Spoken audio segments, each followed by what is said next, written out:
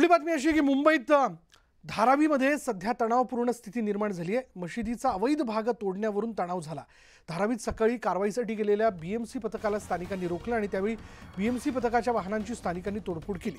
शेकडोंचा जमाव रस्त्यावरती उतरल्यानं तणावपूर्ण स्थिती निर्माण झाली होती आणि त्यामुळे धारावीत पोलिसांचा मोठा बंदोबस्त तैनात करण्यात आला। 25 वर्ष जुनी मशीद न पाडण्यासाठी धारावीकर रस्त्यावर उतरले होते आणि त्यानंतर खासदार वर्षा गायकवाडांनी धारावी पोलीस स्थानकात जाऊन पोलिसांना निवेदन दिलं। त्यानंतर पोलीस स्थानकाबाहेर जमलेल्या जमावाची वर्षा गायकवाडांनी समजूत काढत आंदोलन शांत करण्याचा प्रयत्न केला। त्यानंतर आजची तोडक कारवाई स्थगित करण्यात आलेली आहे। स्थगितीनंतर पालिकेची वाहनं माघारी गेली आहेत। त्यामुळे हजारोंच्या संख्येने मुस्लिम बांधव जे ते रस्त्यावरती उतरल्याचं बघायला मिळालं।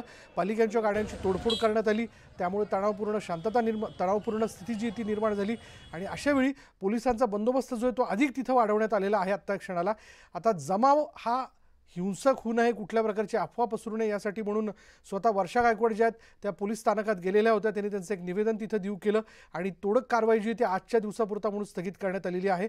आता आपण जर त्यातला घटनाक्रम लक्षात घेतला तर सकाळी पथक जे ते काही भाग तोडण्यासाठी म्हणून पोहोचलेलं होतं। त्यानंतर तिथे हजारोंच्या संख्येने मुस्लिम बांधव जे ते रस्त्यावरती उतरले, एकूणच घोषणाबाजी सुरू झाली आणि बीएमसीच्या वाहनांची तोडफोड जी आहे ती करण्यात आलेली आहे।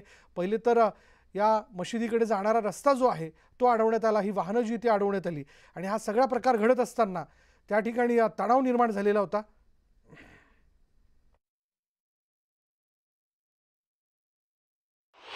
अनधिकृत बांधकाम काढून टाकण्याच्या संदर्भात मागच्याही काळामध्ये सांगण्यात आलं होतं। त्याची कारवाई देखील बीएमसीने मागच्या काळामध्ये सुरू केली होती।